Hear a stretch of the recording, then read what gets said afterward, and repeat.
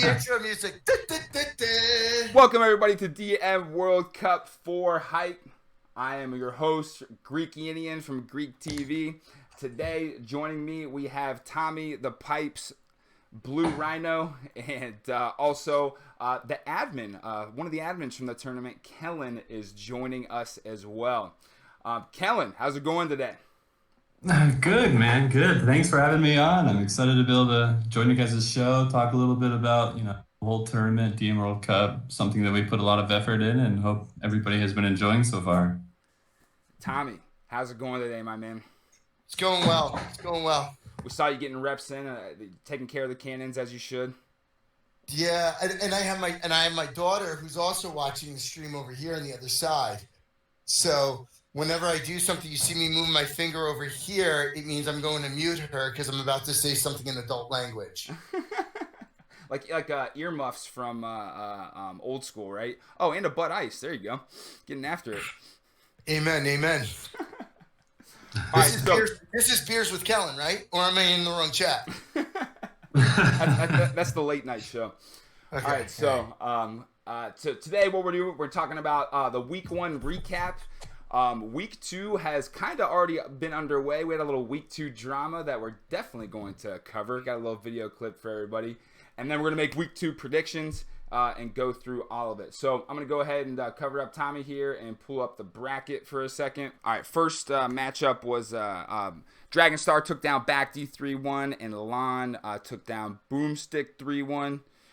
Andy taking down Doubt 3-1. Zariab running through Triple Bless 3-0.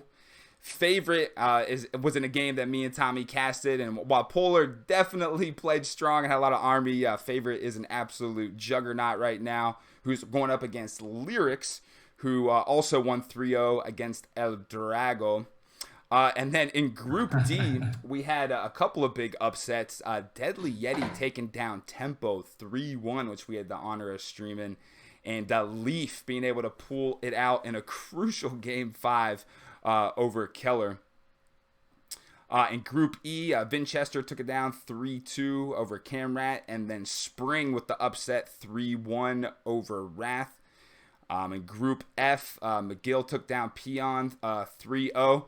And in what some would call an upset, and maybe me and Tommy disagree, Hydra was able to take down ACCM in a Game 5 series 3-2. In Group G, he was able to put down Otter 3-0, and Velez, I guess with the upset over Kembre 3-0 to advance. Improvise took down May 3-0, and KD versus Kasva, an absolute banger, went 5 games, wins 3-2 in Group H. So that is the scores from week 1.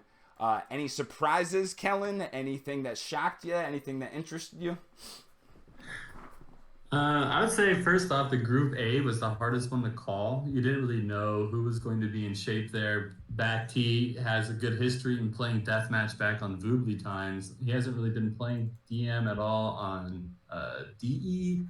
He did play in World Cup 3. He had an okay performance against Rage. However, he was knocked out in the qualification there. At the same time, Lon versus Boomstick, I don't think anybody could really know how that was going to go either. Boomstick gets his reliable 1 win playing Japanese like we know he likes to do. He will make you go from hating towers to really hating towers, possibly even hating the game.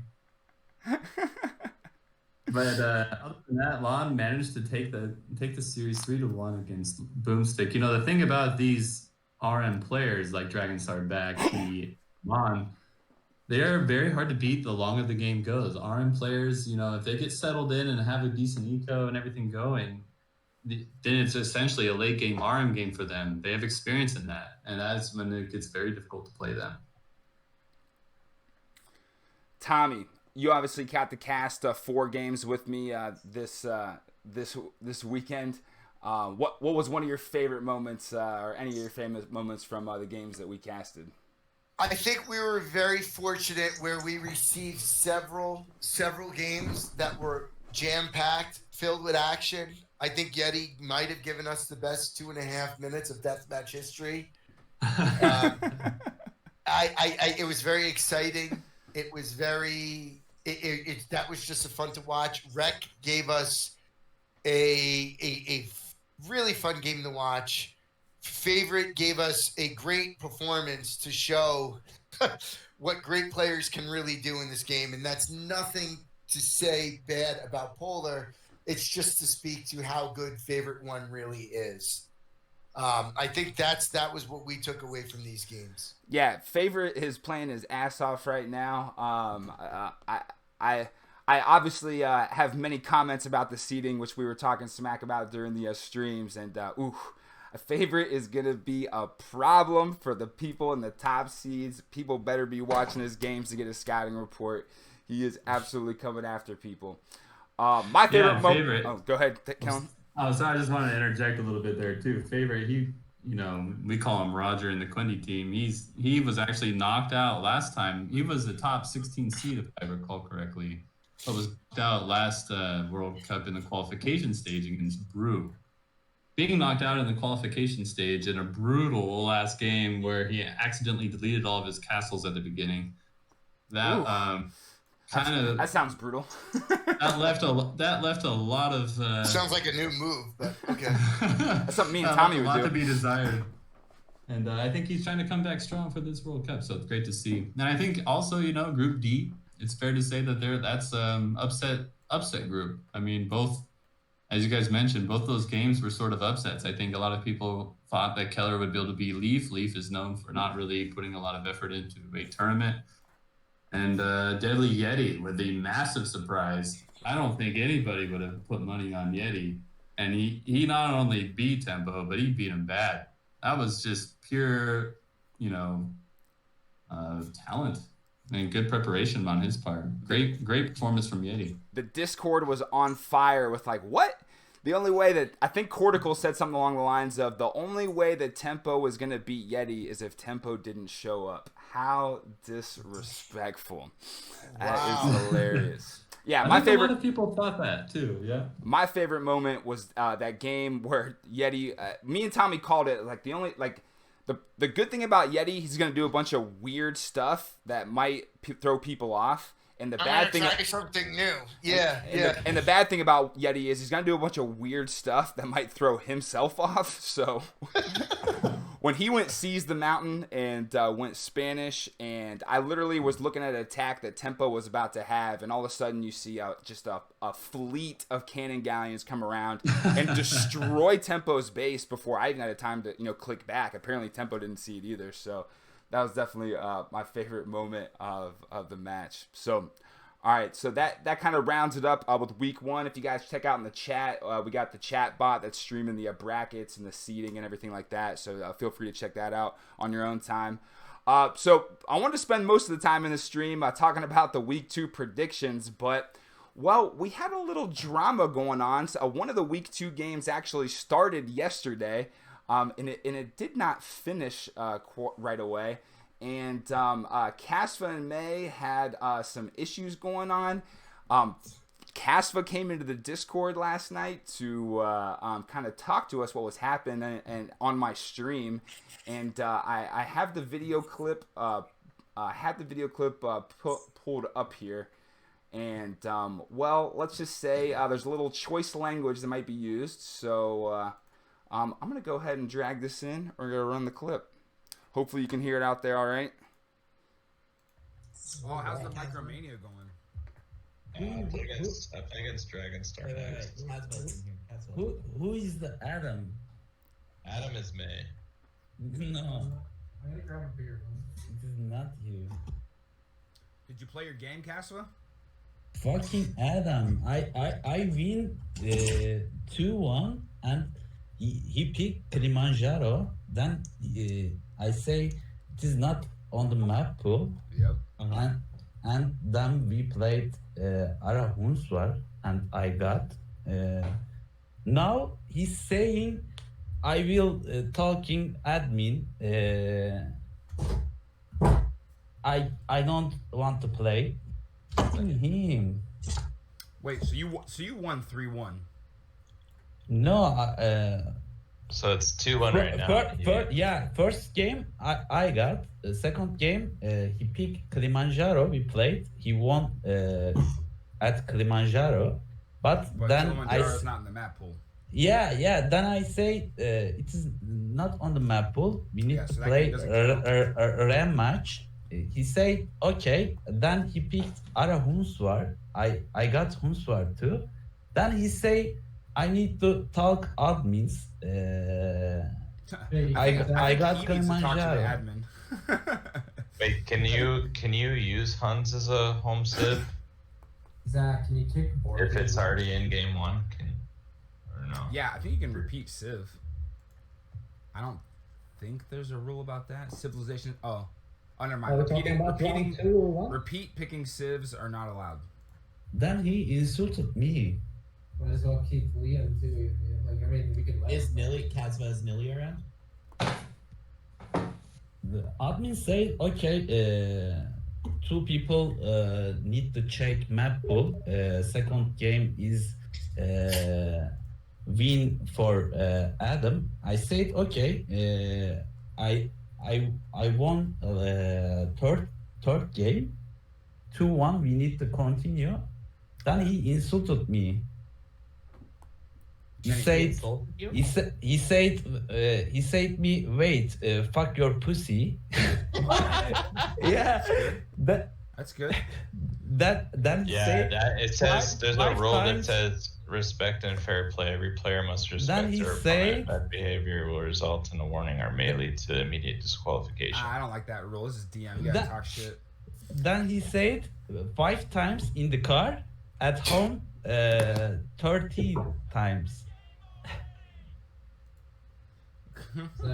send up that file, bro. It sounds like he's a sore loser. Kasva, if you could screenshot, did he text it to you or did he talk to you? Yeah, I got a screenshot. Then I you should definitely text him. that and put it in the Discord. That's great content. Then I insult him too. Yes. There you And go. I say, fuck your pussy, come to here and play like a man. Don't cry. It's a woman. Oh gosh! All right. Yeah. So, luckily we have here. Let me turn that off. Annoying. Luckily we have an admin with the tournament with us. Obviously, Kellen, you could not make any comments necessarily about that. However, I think this is like an issue that came up during the tournament. So, what can you tell us about what happened and just the ruling and things like that? Well, oh man. So I was actually working out, and suddenly I get a message from Brislin saying, we've got a problem. And maybe 20 minutes later, I show up just to see that Kasva and Adam are basically going at it, right? Yeah. I see all these different messages being translated from Turkish to English by the code, and trying to figure out what's even going on. And basically what had happened was the only admins there at that moment were Nilly and Brislin. They both determined that both players actually violated the rules, Rule 4, respect and fair play, which I might add that Rule 4 does not say anything about if certain players started the argument or not. In other words, regardless of whether or not you started it, if you added any insult, then you are in violation of Rule 4. Based on that, they both determined that it seemed like a disqualification, and they ruled something like 40 minutes later, after this had been going on for a while, that they disqualified both players from the tournament. Now, after reading and catching up on everything, I started to talk to the other admins about it. First, I talked to the code to see about the translations, to see if everything kind of lined up, kind of the way that the other admins have been talking about it. I talked to, Polar. I talked to Nilly about their viewpoints. In the end, I started to see there's sort of a problem here. First of all, like for them to stop playing. And here's one other point. Brislin actually told them, okay, just count it as 2-1, play game 4. She told them that. 40 minutes prior to the disqualification ruling. And so I then started to ask, well, what held up the games? Why wasn't the fourth game played? Both players were notified to play on to the fourth game. And it turns out that Adam was actually stopping the game a little bit there because he was disappointed with basically how the ruling ended up. He wanted to know about the score or something. But we ruled that, okay, that's also in violation of Rule 2, and that you need to play the games as administered. Like, in other words, you were told to play on. You can't just stop the games. You can't just interrupt, the flow of the whole tournament. The other player's sitting there waiting. You have to play. And then there's also another rule, Rule 13, which states that all disputes or any kind of scheduling needs to be written in English or spoken in English. And oddly enough, it was Adam, who, by the way, lives in America but is Latino. He started talking in Turkish to Kasva, which in turn led Kasva to start talking, or more like swearing at each other in Turkish. But for whatever reason, Adam was the first one to use Turkish to him, which was the whole fuck your pussy thing. And so we ended up going off of the fact that, okay, it seemed like more than just one rule was actually violated here. There was more like 3 rules. On top of that, Rule 4 does state that either a warning or disqualification can be handed down.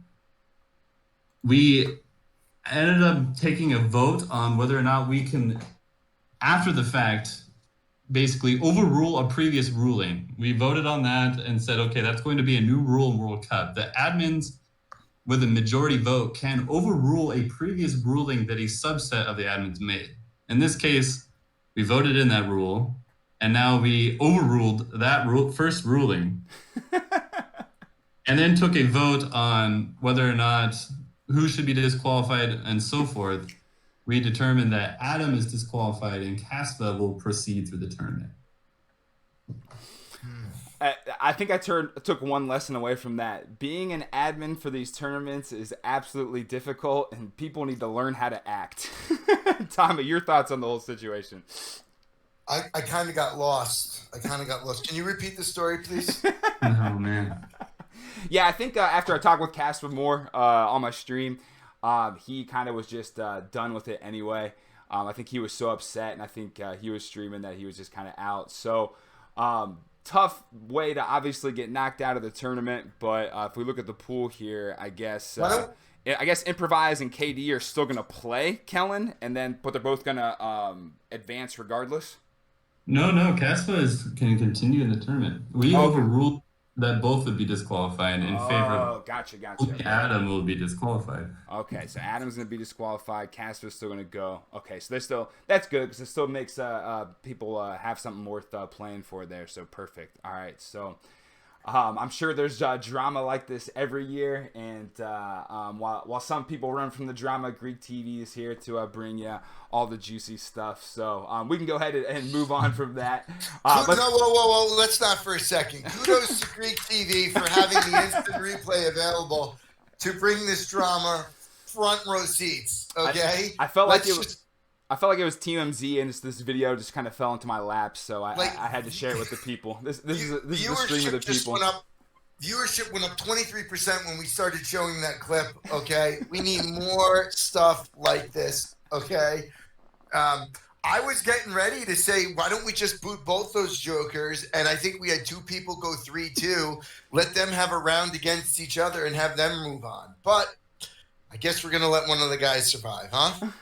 Yeah, I want to see Kasva go. I was watching him train anyway.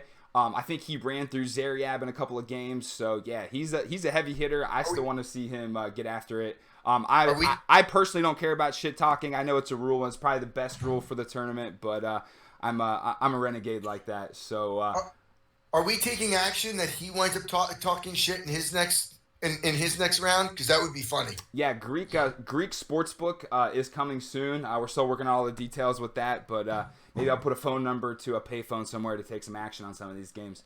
But let's get to the fun stuff. All right, week 2 predictions. Let me go ahead and pull up the bracket here. We will just go down through the different groups. We're going to predict series. and to see what's going on. Obviously, we have Kellen with us that has a deep knowledge about all these players. What is going on with this one? And we'll get it going. All right.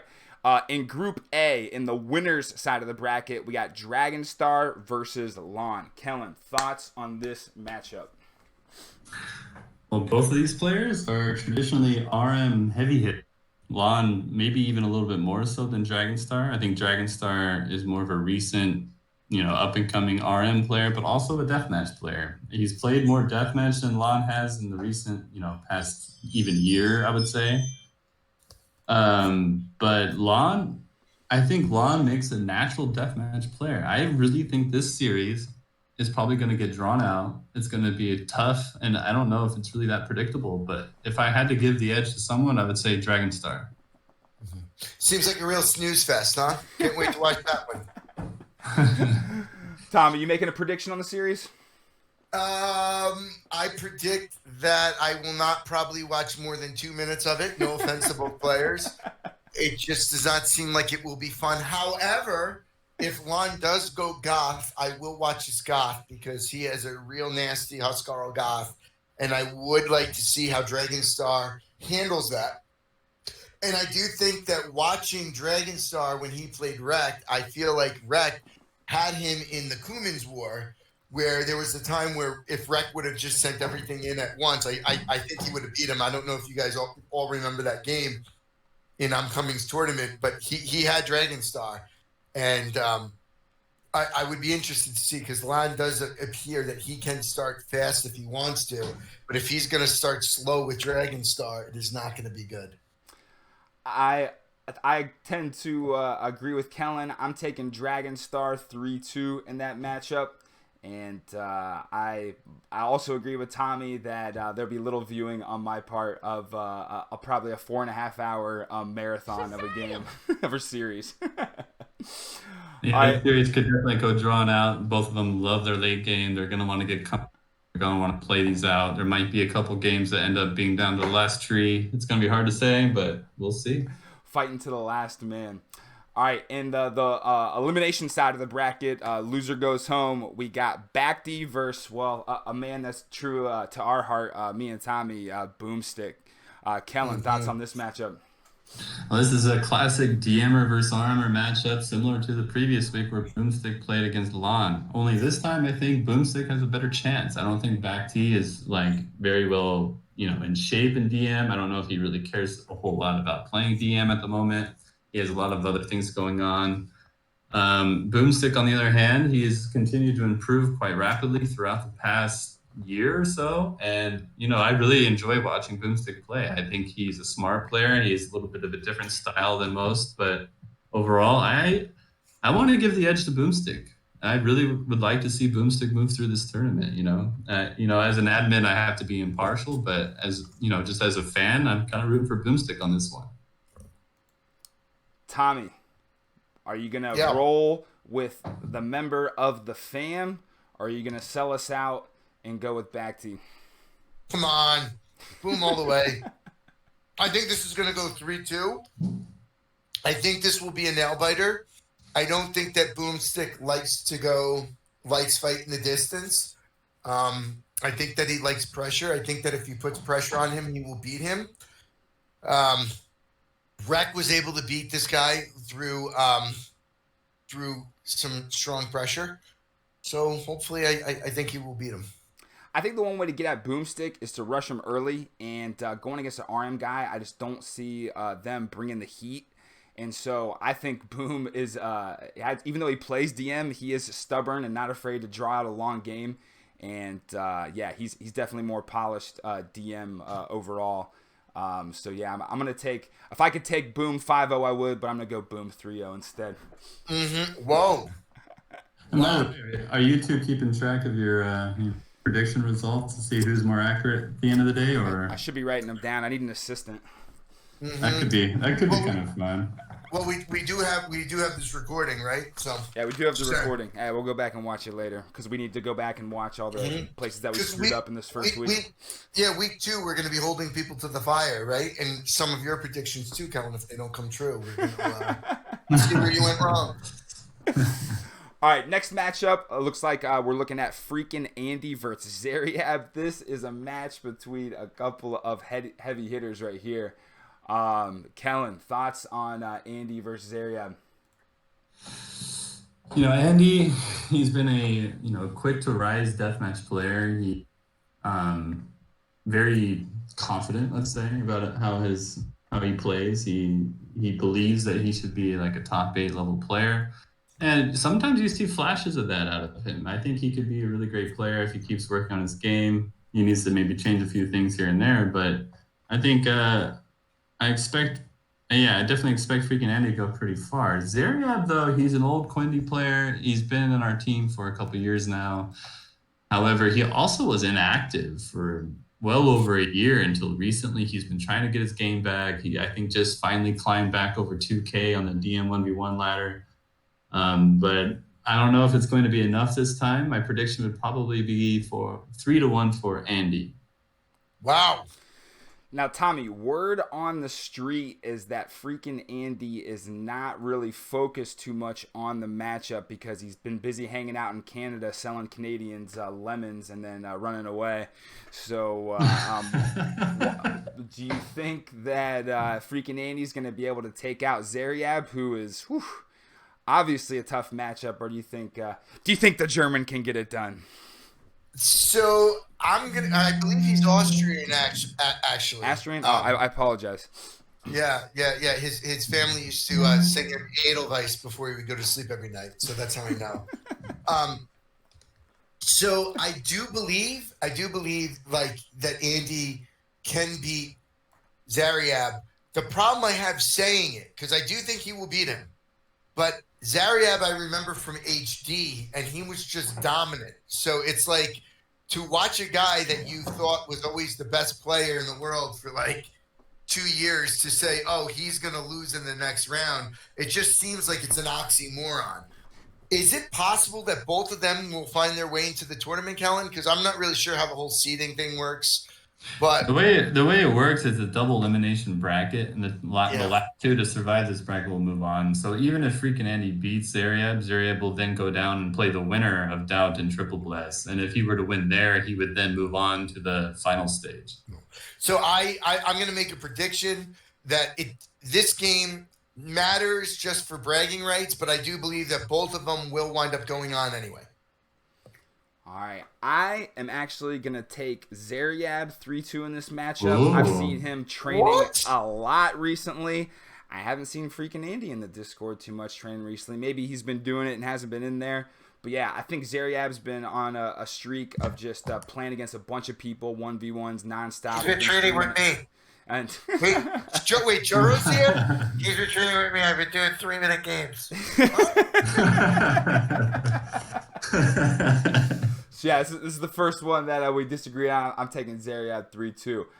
In the elimination side of the bracket, we have Doubt versus Triple Bless. You know what? I'm not actually too familiar with either of these. I think Doubt was playing in the Hidden Cup in RM, and I know Triple Bless is definitely a legendary player from back in the day. He's been in the Discord a few times. I just haven't seen him play. So Kellen, please enlighten us on what you think how this series is going to play out. Well, Doubt, in the past, he's basically treated EM as sort of like a troll thing, like just something to mess around with. In fact, back in World Cup 2, there was a little bit of excitement that he signed up for it. And then only for him to forget his keyboard on the day he was supposed to play and lost pretty much instantly to the guy he played against and was eliminated. Ooh. Following that, in World Cup 3, he actually ended up going through qualifiers, beating Major KD 3-2 in a tight series, which was a big shock to everybody to see Doubt actually win there. And so he has some capabilities. He even took one game off of Andy, which shows that he's no one to sleep on. On the other hand, Triple Bless, solid deathmatch player, knows all the deathmatch fundamentals, but probably a little bit rusty, a little bit slow still. I think Triple Bless, if he wants to win this series, needs to try to hurt him hard and fast early in these games, while Doubt needs to try to draw them out and use his RM tactics in late game to win. It's going to be a close-ish series. It could go either way, I think. But I also think it'll be kind of a landslide in one direction. I just don't know which. As much as I love CJ Triple Bless and he's a DM legend, I actually have to side with the armor on this one. I'm going to go 3-1 Doubt. Ooh. Tommy, do you know anything about either player? I know Triple Bless is a really, really nice guy. All right, so you're taking Doubt 3-0? I doubt Triple Bless is going to be able to beat Doubt, but I want him to. Okay, so I say Doubt takes it, but my heart wants Triple Bless. Okay, there, boom. I spit. I'm biased. Yes, Tommy is part of the fake news media. So, based off everything Kellen said, I'm taking Doubt 3-1 as well. It sounds like Triple Bless is a little rusty, so we'll go with the more polished player that's been playing in all these competitions. Next up, let me pull up the bracket here real quick. Next up, it looks like we are in Group C. Favorite advanced 3-0, Lyrics advanced 3-0. Kellen, who is going to be the first player to take a loss? I think Group C here is probably the most anticipated matchup. Favorite one versus Lyrics is probably the most anticipated matchup within our DM community. Both of them known for being heavy hitting DM players, even arguably worthy of top 16. Being an admin, I heard plenty of arguments for both of them. Why aren't they top 16 seed? They should be automatically qualified. To see them have to play here in the qualifiers is sort of a small dream come true and probably the most anticipated match. I can't really side for Lyrics though on this one. I think Roger, as you guys mentioned in his games against Polar, he was very polished, playing very smart. It's not like he was a killer and winning games quick, but he wasn't, taking forever either. He was just taking control of the map and eating away at his opponent, winning the game. And I think he's just playing very well right now, but it's going to be close. I give it 3-2 for Roger, favorite one. Tommy, we had the honor of streaming Favorite versus Polar. Do you think that Lyrics has the ability to execute the way that Favorite does, or is Favorite just going to run through him as well? He will run through him. However, if Lyrics watch the Rex and he's going to try to give, if he could try to take away from Favorite like the mobility, so like go a Civ that doesn't have like heavy cav archer, go like the Vietnamese, the melee or something. Maybe he could pull out a win there, but he's not going to beat him in the best of five. Yeah, I think watching Roger play, because I think Keith 3. You're breaking up on us. You gotta pay your internet bill there. Maybe upgrade it a little too. Me? I'm breaking up? Yeah, just a little bit. You're good now. Okay. Yeah, if it ever breaks up again, just go in the back, do some pull-ups, and then come back, and maybe they'll refresh. Yeah, I think I'm going Favorite 3-1 in this one. I think he's been an absolute beast. I think Lyrics, he's like one of these Huns Frank War players that he might be able to pull a game off him in the beginning. I think just overall, kind of what I've seen from Favorite, just his all-around game is just been more impressive, not only to me than Lyrics, but a lot of people I've seen thus far. And so, yeah, I'm going Favorite 3-1. I think with the different maps and, getting off Arabia, that's the one thing I noticed with a lot of these games, especially you saw players, like especially the Tempo Yeti series, which we'll get to in a little bit. Tempo obviously had the advantage in the Huns War. He's played that probably a million times. But when it comes to these different maps and different civs and trying to find the different strategies for these things, if you're not practicing those things, if you're not trying out new things, then you're going to run into somebody who is, and it's going to be a huge advantage for that person. So in my opinion, I think Favorite has a little bit better overall game, and so I'm going to take Favorite 3-1 in that matchup. Next up, on the elimination side of the bracket, I know I'm excited for this one. We have everybody's favorite streamer, Polar, versus everybody's favorite troll, El Drago. Kellen, you've known these people for so long. Tell us what excites you about this matchup first, and then obviously go ahead and break down the game for us. Well, I think both these players are, as you said, they're long time DM players. Hamza has been trying to improve and been hanging around the DM community for as long as I can remember. I think going back at least to 2011, and he has steadily improved. I think, El Drago, a lot of people don't give him credit for being a dangerous player. He could take wins off of anybody. But at the same time, I think his biggest problem is that he struggles under the pressure of a tournament game. He kind of buckles under it. He has a hard time handling that pressure. On the other hand, Polar, I think, is better at handling pressure. He is nervous, perhaps, even though I know in the past he said that he does get nervous. But from how I've seen him perform in tournament matches, I think he does fairly well. I would say overall, El Drago has a slight skill advantage over him, but Polar has the better nerves. And overall, I'm going to give it 3-1 for Polar. All right, Tommy, you obviously just talked about a favorite here. It looks like you had a special guest as well. What does your guest have to say about the matchup? Well, I think that Hamza suffers from the yips. And unfortunately, I do not think that he will move on. I like Hamza. Great guy, great man. There's just something about his gameplay where it's like weird. He like critiques everybody when he's watching them play 1v1, but and he'll say, "Oh, you shouldn't have done that," and then like he does something like 5 times worse. It just happens like that. It just seems like every game he has that Hamza-like moment, and really like the guy. But if I'm giving an honest prediction and I'm betting, I don't see him getting bipolar. Ooh, that's tough. I think this is one of the closest matchups here in the week 2. For all the things you guys said, obviously I think Polar has an advantage just on it being able to be his composure. Always well polished on his stream. If you guys have, I'm sure everybody here is subscribed to Polar's stream, but if you're not, definitely go check it out. He runs an amazing stream with his cast and everything too. But I agree too that Hamza does have a little bit of a skill advantage. He brings the heat. He rushes people. He gets after you. Gets you off balance. I think the way the series is set up, I do believe, Kellen, it's a Hun war to start off this one again too, right?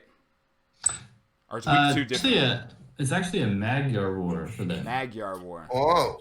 That changes things up a little bit. The losers played something different, huh? Yeah, I think with the going a fast civ like that, or potentially it's not as fast as Hun, but potentially fast civ to start with. I think that's an advantage for Hamza, and to me, that's just the slight edge. I'm taking Hamza 3-2 because he'll have the advantage. He'll be able to choose 2 home maps and 2 home civs later. And if Polar was able to get an advantage on civ choice, or if it was more random, maybe I would pick Polar. But I'm going Hamza 3-2. I'll take that action. All right, $25 says that doesn't happen. I bet you a dumbbell and 1,000 cabbages. All right. No. If we put money on this and Hamza finds out that we're putting money on it, you're gonna 3-0 the poor guy. Yeah, yeah. You don't put too much pressure on it. Your horse ain't winning, bud. All right, so in the elimination bracket, I think Kellen, you referred to this later. This group is just absolutely. It seems like it just go any way. It's just an intriguing matchup. We have hold up. We have Tempo. Oh wait, this is the bottom side. Oh, correction. Oop. We are in Group D now. We have both upsets going on. Yeti, who was able to run through Tempo after that first game, and Leaf. Obviously, we're familiar with Yeti, member of the TF fam. He is the most eccentric player in the DM community by far. He is spending 23 hours a day trying to find the most ridiculous strategies to throw people off balance. I do not know a whole lot about Leaf, so please educate people like me, Kellen, on Leaf, and then tell us what you think is going to happen in the series. Well, Leaf is one of the oldest Quedley members. He's been around, I think he's been a part of our team since 2006 or so, but he, for the most part, hasn't played competitively in many years. He doesn't even stop by the Discord or anything like that. He, at one point or another, has been a top maybe 10 or even at best a top 5 DM player here, like back in 2008 or so. But it's been a long time since Leaf has been that competitive. I think for the most part, he's just taking this casually, just trying to play the tournament. He himself probably didn't expect to beat Phil Keller in the last series. And so, Deadly Yeti, we know he's training around the clock. He comes up with weird strategies. He is an eccentric player, as you mentioned. I am going to give this to Yeti. And I think Yeti's going to take first place in group, which is a shock. I mean, I don't think anybody would have predicted that going in. It's like Oral Roberts making it to the Elite Eight. Woo! I'm going to give it to Yeti with a 3-2 score in his favor. Woo! Tommy, thoughts? I agree it's going to go 3-2, but I'm going to give Yeti that little pepperness that makes him unique. He'll do something. He'll find a way to win it. Yeah, I caught game 5 of Keller versus Leaf. Keller had Leaf on his back foot up against the ropes, and somehow, some way, Leaf came back with this counter push that just snowballed. And I think that Yeti, I think he knows Leaf pretty well, and I think he's going to be ready. And if you guys are saying that Leaf isn't necessarily maybe his main priority is playing DM, then I'm going Yeti 3-0. Screw it. Let's go. Or Oral Roberts. We're going to the moon. Let's go. All right. So next matchup. And so the next matchup is extremely intriguing just because these are both kind of heavy hitters in the DM community now, and they're playing for their lives. Loser goes home. So Tempo, Keller, Kellen, how is this going to play out? Well, if there was any player out there that plays DM that maybe rivals Deadly Yeti in terms of like how eccentric he is, it would be Tempo. I mean, I can't tell you the amount of weird things I've seen Tempo do over the years in DM. He perennially just sacrifices the starting base to go basically change his base to be on the other side of the map. Once in a while, you'll be playing and you'll think you're winning, and then suddenly there's like 5 trebs in the back of your base, nothing protecting them. They're literally behind your base and your houses, using the houses as like a wall to protect them, to destroy your base. Like that's Tempo for you. He does really weird strategies. Sometimes they pay off. Most of the time they don't. I think, you never know. He's a curveball. You don't know what he's going to do. What we saw with Yeti, though, I was a little bit surprised. It seemed like, for one, Tempo didn't know what to do on some of the situations. You mentioned earlier, Greek, that that every player in this tournament, the ones that are not playing enough on all these oddball settings that we're not used to, they're going to get punished for it. And we saw Deadly Yeti punish Tempo heavily in that one Seize the Mountain game where they were making ships, right? Mm-hmm. And I think Tempo, I haven't seen him practicing that much. I don't really know if he's going to bring his A game to the next level here. Whereas we got Phil Keller. Keller, I'm a little bit biased for him. He's been sort of my student in the DM community for the past couple months. I've seen this guy grow from being a brand new player, less than a year ago is when he started playing Age of Empires. It's like, I've been playing this game longer than he's been alive. And I'm not joking. That's true. So and yet he's already a rival to me in our practice. And so this guy is improving faster than anybody out there in the DM community. And even just since his series against the Leaf has shown great improvement. He was playing some games against the Code in practice, against Wayne, against Cortical. And I actually saw him even take a game from Code. So I think this guy, he's coming out swinging. He's not going to give any mercy here to Tempo. I think he's going to be prepared. He's going to know what to do. Tempo is going to come out kind of maybe a little bit flat-footed. And I'm going to give a 3-1 for Phil Keller. Boom, 3-1. Woo! Tommy, we got you obviously got to watch Tempo. Tempo, he obviously showed that, he has some high skill. It's just wasn't able to put a full game together in most of those games in the series. What do you think he's going to be able to take down Keller, or do you think Keller's running away with it?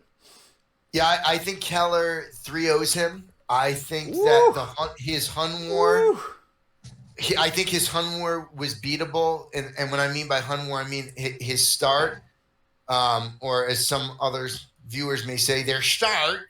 But I think that his start is fast enough. I think his start's fast enough. I think he's going to beat him.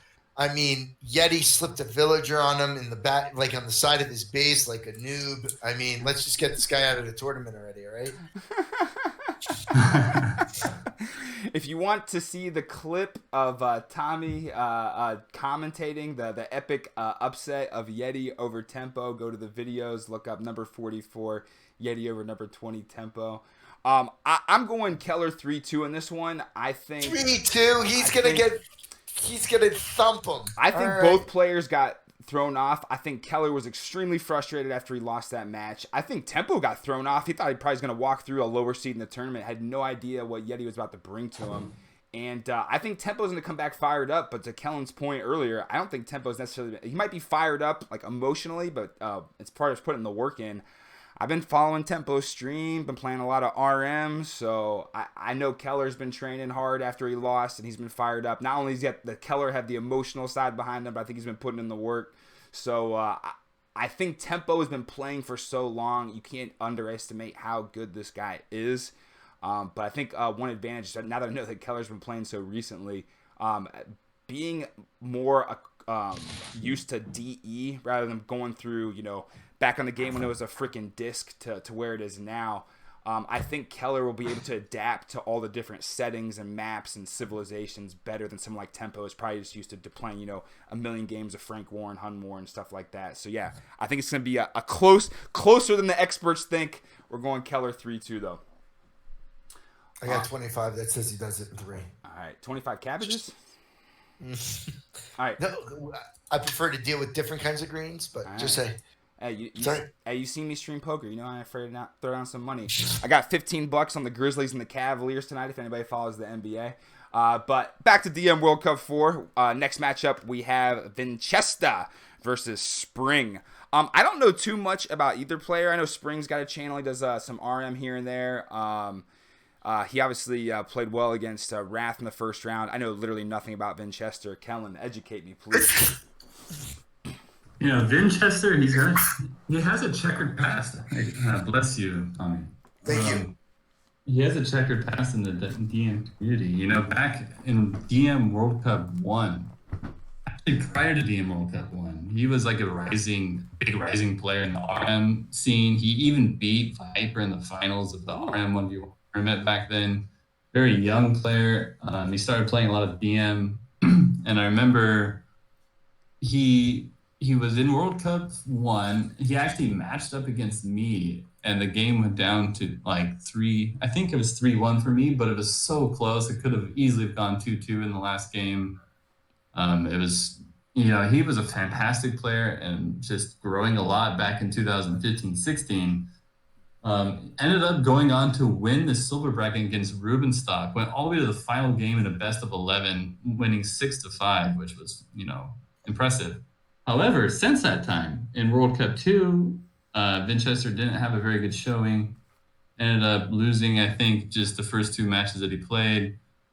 And then in DM World Cup 3, he was knocked out by Paladins. It looked like when in that series, Vinchester didn't really know what to do with some of the civs. He struggled a lot in those games. So, Vinchester... I don't know if you're going to know what you get out of him. It's hard to predict. His games against Camrat, I actually just watched those earlier today. Camrat came in hard, taking early wins in the games that he did win, but games that went later, you saw Vinchester with his RM talent kind of pulling through. Vinchester did seem to have some idea of what build orders to use on some of these civs, which shows that he's at least watching some deathmatch and maybe practicing a bit. Anyway, sorry to give so much of a background on Vinchester. It's just hard to call him. It seems like one of the toughest games right now to predict in week 2.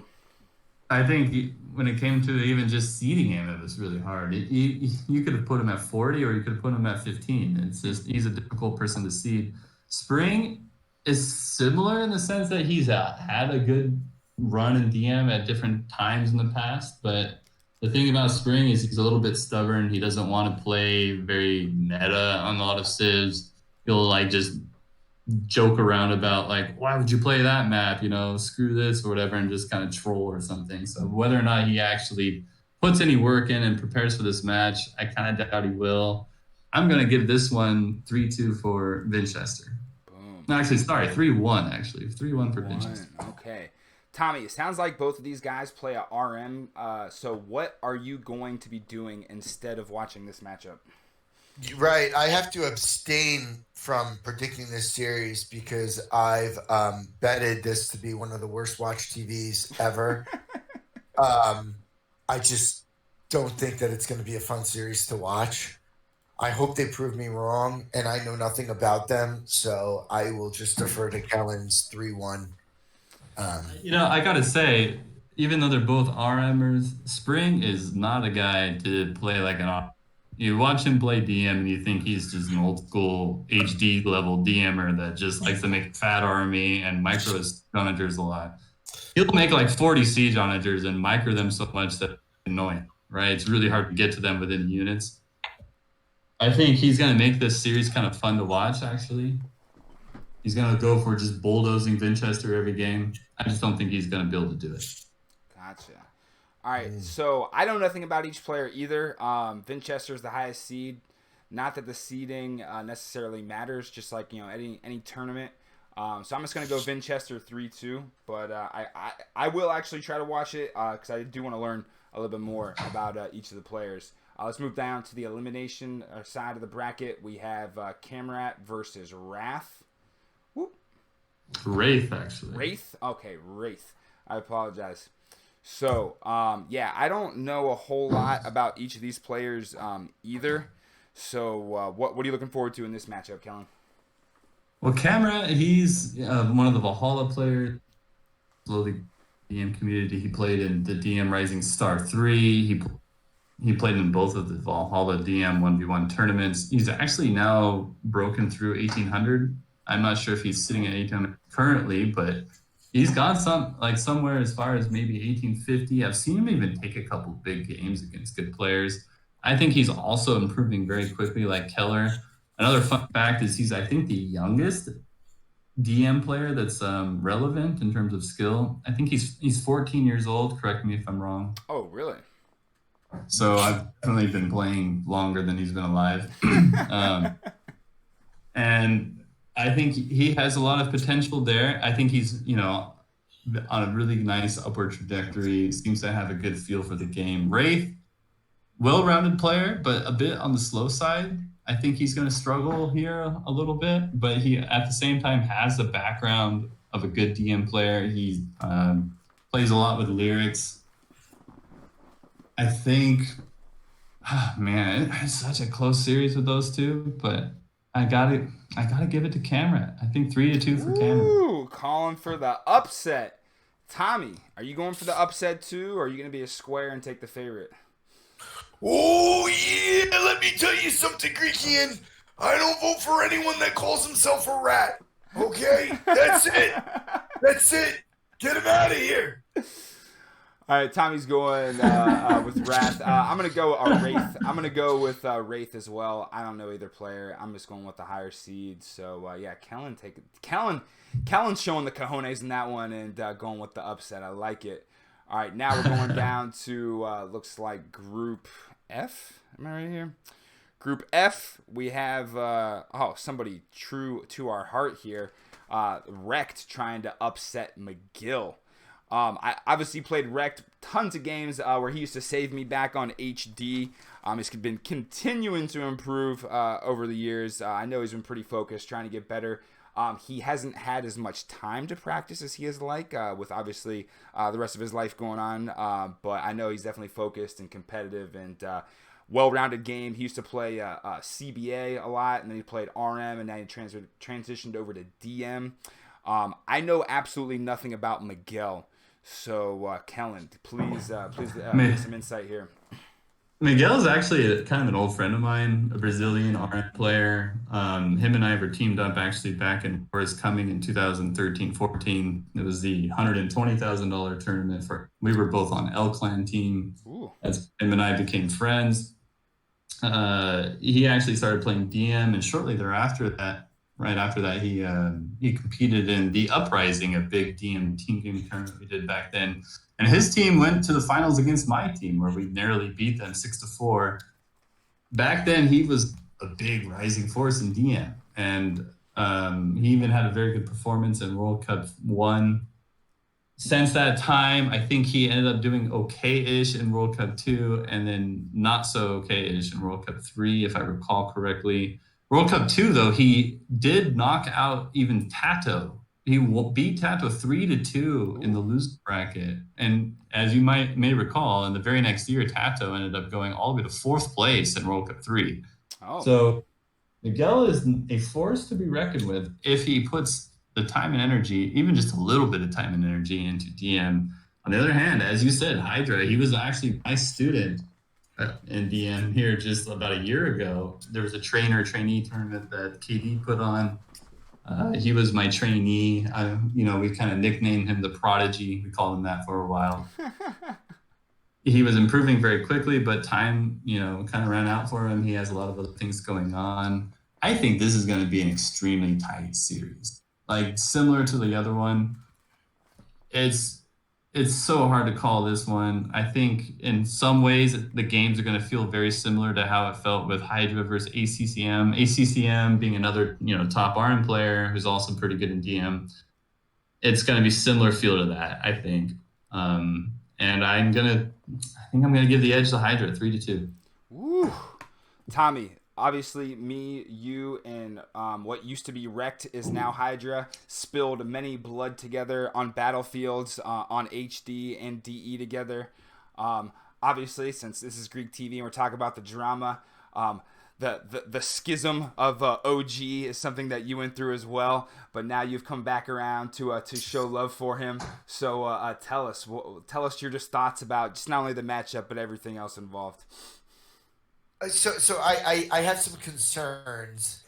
One of my old friends, Jim Halbert, which is another friend from HD, he calls me up and he's like, "Hey," he's like, "Rick moved out of his house. It's good for him." On the day of his tournament game, right?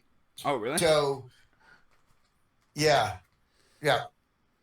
And can you guys hear me okay? Yeah, I can now. You were freezing up for a second, but you're good now. Do you want me to turn off my camera? Is it my camera? We want to see the pipes. Keep going. All right. So Halbert tells me, yeah, he moved out of his house. That's so wonderful. And then we start talking about how he has a 2-car garage and his place is bigger than both of ours combined, which there's a little jealousy there. I'm not going to lie. But good for you, Rex. Good for you. I do want Rec to win. But he moved in with his girlfriend for the first week. I don't know if he's going to be practicing. Ooh, that is a total. But like if you're betting the game, you got to look for those insights, right? so I'm gonna say he pulls it off, but I think he's gonna look rusty. I think he's gonna look rusty on the first game. Yeah. Obviously, like I said, we're biased. I'm going Hydra 3-2. But this is definitely be an exciting one to watch, and hopefully Greek TV gets the rights to broadcast this matchup as well. And then next, another person is close and dear to my heart who played with me in the Winter Wars tournament, Peon, is going up against ACCM. Peon is definitely getting a lot better. I know I played with him in the tournament. I kind of felt like I might have been on maybe a little bit the same page as him. I took a break for a couple months, came back, and he absolutely slaughtered me in every game we played against. So definitely excited for him. And then ACCM, he played a tough matchup against Rect. They took it to 5 games, and it seemed like it almost could have went either way. But Rect was able to pull it out, but obviously still a tough opponent. He's mostly an RM guy from what I understand. So, Kellen, thoughts on this matchup? I'm going to have to give it a 3-0 for ACCM. Woo. Woo. Woo. Wow. No soup for you, Peon. Wow. I mean, I think I agree with you, Greek, that Peon is one of the rising players of DM. I saw him perform against Polar in a recent match for the Valhalla 1v1 DM tournament. It's clear that he's improving a lot, but he still has a lot of messiness with start and a lot of the things that make a DM player a heavy hitter. And then without those heavy hitting elements, to guide him through. It seems like Peon usually relies on kind of a funky late game where he takes a lot of the map and just spreads units around, which is great. That's a good thing to learn, but not against an RMer. It's just not a way to kill one of these RM players. ACCM, he's deadly if you let him go late. I think ACCM rolls in 3-0. Woo! Tommy, thoughts on the matchup? Oh, we lost him. Or we're leaving the bracket up. I had to turn my camera off. I'm sorry. Gotcha. You pulled out your dinker. I get it. But go ahead. Yeah. I'm going to say I don't know Peon as a 1v1 player. I do have some concerns in his game, and he seems like Peon strikes me as an above average 1v1er, but I don't see anything in his game that's like great, right? Like he doesn't have a fast start. He doesn't have anything that really wows you, sadly, because he's so nice of a person and everything like that. And just to be honest, I just don't see it getting it done. But I do think he winds up winning at least one of his home maps. I do think that. Yeah. I think I'm on the same page there. I think after watching ACCM, like he's definitely tough. I think maybe I don't know how high his status is in the RM community, but maybe he thought that he was playing a lower seed in a Hydra, and maybe he could just go through it, and maybe that was a wake up call for him to really focus in on the DM stuff. So I think ACCM is going to go 3-1 as well. I think Peon's probably preparing to do something crazy with one of his home maps, but yeah. I'm taking ACCM as well. Also, inside information, Peon, father to a new child, so less time to play deathmatch. So there's that as well. But hey, congratulations on life, Peon, but you're going to have your hands full this weekend. So next matchup down to Group D, we have Hazy facing off against Valise. Kellen. What's up, guys? What's up, Kellen? What do you think's going to happen in this matchup? A little bit of background, actually. When I was playing on Zone.com, back when I was 14 years old, Hazy, he would smurf me all the time, although I didn't know that. Eventually, really? I was like stuck at 1600 for a long time, like 1,000 games. And then suddenly, one day, like this guy messages me saying, okay, I'm gonna stop smurfing you now. You could get 2K. I'm like, what? I didn't believe it. And sure enough, like literally 2 weeks later, I was 2K. Hazy was a great player back on Zone.com. Went as high as 2,200, top 10 player. Quit the game when Zone died, like back in 2006. Never came back until just recently in DE. Finally came back to the game, and surprisingly, has made his way up the DM ladder, and I think he's one of those forces to be reckoned with in this tournament. It's really hard to see how far he's going to go. He's been training a fair amount. I keep seeing him playing good games against good players, and he's just constantly improving. However, the Let's is another top RMer who's also a young player who's climbed the ranks in RM throughout the last couple of years, surprising a lot of people in RM tournaments, and then recently surprising people in DM tournaments. He did a great job in Winter's War, where their team managed to actually go all the way to the finals and almost knocking my team out. Keep in mind, they were ahead 4-0. We had to come back and do the reverse sweep 5-4. Oh, really? That's how it ended? I didn't catch the end of that. That's crazy. And he played great throughout that entire series. He's a really good. I think he has a good understanding of DM. With very little games, he was instantly over 1,900 1v1 DM ladder. I think if he puts a little bit of effort in, he will make these games very hard for Hazy, but I haven't seen that from him yet. I just haven't seen the effort in. So I'm going to go with 3-1 for Hazy. Boom. Tommy. Yeah, but what do we got for this matchup? You think Hazy's going to keep rolling, or you think that this RMer is going to come into the DM community and start slapping him around? Don't think it's going to matter. I think that both Hazy and Valise will find their way into the tournament. I do. Okay. I do. Good way to dodge a prediction. That's good. Right, it won't. No, it won't. There won't be a sweep. It won't be a sweep. And I foresee them both making it to the tournament. I know a lot of these RMers have had success in some of these tournaments. Well, maybe some of the top guys that are in the top 16. And so I don't think that's the same case for all of these RMers. I think they're a huge disadvantage for not continuing to play DM all the time. I know Hazzy been talking with him. He has been extremely disappointed in his performance in the Masters of Arabia tournament, and he is out for blood. He was calling out names. He said he wanted Rekt. He said he wanted Hamza. He wanted to avenge everything. His farms used to look like a Warshak test with just ink blots everywhere. He's bragging about how he's got his farms in nice in alignment. So I think Hazzy's focused. I think he's ready to kill, and I'm going Hazzy 3-1. Wow, okay. So next matchup, fighting for their life, we have the Otter One versus Kembre. So Otter One, another one of my past students in the last year. I was training him a lot during DM Rising 3. He has a lot of his game to work on yet. I don't think he ever really shaped it all perfectly. But at the same time, I think Otter One has weapons in his arsenal. I've seen him play really well in some civs on some maps, and I think he will go into the series knowing what to do and how to win. Sembre, I've been impressed with some of his games. I think he overall has a pretty good talent level. A mix of his RM background combined with having some experience in DM will allow him to play a tough series. But in the end, I think the weapons in Otter's arsenal will be enough to win the series 3-2 for Otter. Ooh, Callan taking the upset. Wow. Tommy, thoughts on the matchup? Do you think Otter can climb his way back up, or do you think Kembre is going to take him down?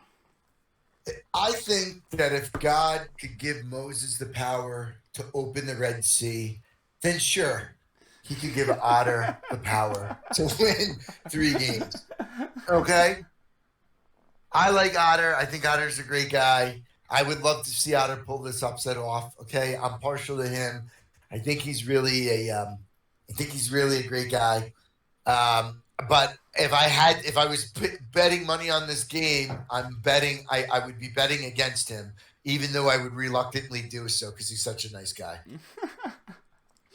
So Otter came into the game with us after we streamed Otter versus Hazzy. It was a great time. Some of the people that lost didn't want to come on the stream with us, so Otter definitely has some cojones for actually stepping up and hanging out for a long time after a loss. However, one thing he did tell us during that interview is that he didn't think he deserved to be in the tournament, so I'm going Kembre 3-2. I think it's going to be a tough matchup. I'm just going to go with the higher seed in this one. I don't know about Kembre. I definitely will be rooting for Otter, though, since I know him from the Discord, and I have no idea about who Kembre is. So rooting for you, Otter, but I think you got your hands full. All right, next matchup. All right, this is definitely one I'm looking forward to because I've seen both of these players play a little bit. We got Improvise versus KD. I mean, both these guys have been playing forever, right, Kellen? Yeah, this is actually really... Improvise, he's another old friend of mine. One of the only Age of Empires players that I've actually met up with. Oh, really? It's a funny story about that, but maybe if you remind me, I'll tell this funny story later. But Improvise was like the number 2 DM that was challenging Jidbo a lot for the throne for years, like back in 2007, 8, 9, 10. A lot of players still hold him in high regard, think that he's an amazing player. However, he took a long time off the game. He came back in more recent times. He played Witcher's War. He was on my team to win the finals with Rage. I think if he puts a little bit of time and energy into it, he will get a lot of his skill back, but he's got a lot to make up too.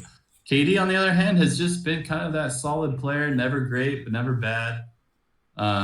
He had a disappointing performance in World Cup 3 when he lost to Dowd, but, he ended up taking a narrow win against Kasva, maybe a little bit of revenge against the RMers. And it's so close. I think Improvise is more well-rounded than KD, but KD, I think, hits harder on his own ground, his own turf. It's going to come down, in my opinion, who wins game 1. And I think I'm going to actually give that to KD. 3-2 KD. 3-2 KD. Tommy, would you play either of these guys in a Hun War or Frank War? No, absolutely not. And I'm trying to choose a victor right now. Eeny, meeny, miny, mo. I think it could go. I think it's with Kellen on this one. it could go. Could go either way. Both of them, two really nice guys. Very, very humble. Improvise super nice. I don't know. It's a pick 'em. I think Zach in the chat let us know that Jordan might be the only player taller than Kellen, standing 6'6". Does that change your prediction at all? No. Okay. I'm gonna go with Kellen. I think KD's been playing a lot. I follow his stream. I know he's been banging out games. It sounds like improvise kind of here in and out. It comes down to work ethic for me. I'm going KD 3-2, but definitely excited about watching this matchup. Hopefully, Greek TV gets the broadcasting rights to that one as well. And then, of course, in the losers bracket, we already went over the drama earlier. Kasva gets the admin win there and is going to play the loser for the elimination match between that matchup. All right, fellas, that is it for the matchups this weekend. Kellen, please tell us this story about Improvise now that we have time. Okay, so Improvise, he lives actually... And when him and I went to meet up, I grabbed JB Leaf that we talked about earlier. I grabbed him on the way. So us three met up at a bar. I had an old computer that had Windows XP on it. And this was like back in 2017. So this is still way beyond Windows XP days. But I told him, hey, it'll play the game if you want the computer to be able to play on. He said, oh, yeah. So I met up with him and gave him this computer. And it came with this old keyboard, right? Well, it's like one of those things where you give it away and you find out years later that it's actually worth something. Like, so years later, I'm like, maybe I should find the best actual keyboard. I've always been playing on a cheap, like free keyboard. I still do actually, but there was a point when I thought I might try to invest in a nice keyboard. I look up like the greatest mechanical keyboards of all time. And the number one keyboard, which I guess is still sold occasionally on eBay for over $1,000, is this ancient mechanical keyboard that is exactly the one I gave to Jordan. So I guess I handed him over a gold nugget there. But it's kind of funny. But even the worst part is he ended up losing it. When I told him about that, not anymore. It got lost in the move somewhere? Yeah, who knows where it is, but hopefully someone else benefit. It's almost as bad as my mom selling my Pokemon cards back in the day, 25 cents each. Those are worth a lot of money now too, right? So, yeah, it's a funny story. You guys grew up in a different world, you know? When I was a kid, we used to collect baseball cards. You guys collect Pokemon cards. Tommy, what games do you think that Greek TV should be trying to get a hold of this weekend for the biggest entertainment value? I want the Wrecked. Okay. Mm-hmm. I want the Hazy. Mm-hmm. All right. We'll take a boomstick game. I think that'll be fun. And I think maybe even the freaking Andy one. Yeah, I think freaking Andy versus Zariab is an absolutely that's going to pack the stadiums. Yeah. I think Favorite and Lyrics is going to be good too. I think Favorite is going to be able to get past them. I mean, I don't want to say too easily, but I think it'll be substantial. So I am excited to see if Lyrics can keep pace with that. Yeah. Lyrics is going to come out swift, by the way. Yeah. Stop. You go to put popcorn on. Down low, just on Greek's TV here.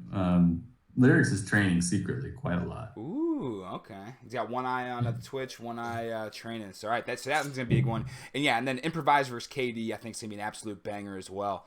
That one obviously could go either way. So, a lot of good stuff. I know a lot of people have been asking who is going to be streaming what games. Obviously, these guys are all over the whole entire world. I think there's I don't know how many different countries are involved right now. So, once games get scheduled, us casters, obviously check out Polar, check out Otter, check out Bristlin, Harry Boy, and I'm Coming might be streaming some games as well. Obviously, Greek TV is going to try to get their hands on as many games as possible, especially for all the American players. So stay tuned in the Discord. If you guys are not in the Discord, I'm sure the recruiting chair Zach Booty Clap, Goldie Glock will be able to shoot you a link or an invite or whatever. Look at through all the different links and everything and try to find out when people are streaming. Obviously, follow all these players' channels. A lot of the RM guys in the tournament have like monster RM channels. Go ahead and follow them. Maybe you'll be able to see when they play as well. And we'll obviously try to keep everybody updated on where they can watch the games at, because it's definitely a whole lot of fun. Tommy, anything else before we sign off here? And then obviously, Kellen, we'll get at you too. Never a dull moment in the Age of Empires community, so I want to thank you guys all for that, and just continue being who you are. And you guys are all really, deep down inside, really good people. So that's all. Kellen, thoughts? Those are, by the way, some rare thoughts that you'll probably never hear. I want to say really quick that this whole idea that Greek came up with to invite Tommy and I got to give credit to Tommy. This was totally Tommy's idea. But I'll definitely run with it and take credit for it, though. This is a fantastic idea. I love the rundown. To invite me on and be able to do it, you guys, was great. I hope we continue to improve your viewership here. We had a pretty good viewership for the first go at it, and thanks for having me a part of that. I hope to be on your guys' show again a couple more times throughout this tournament. Really excited to see how this tournament plays out. Super excited. Be ready to watch me versus Viper. I'm looking forward to that the most. most. Kellen calling it out already. Will Tommy and Greek bet against Kellen, or we will support him through all the way? Stay tuned for more Greek TV coming up.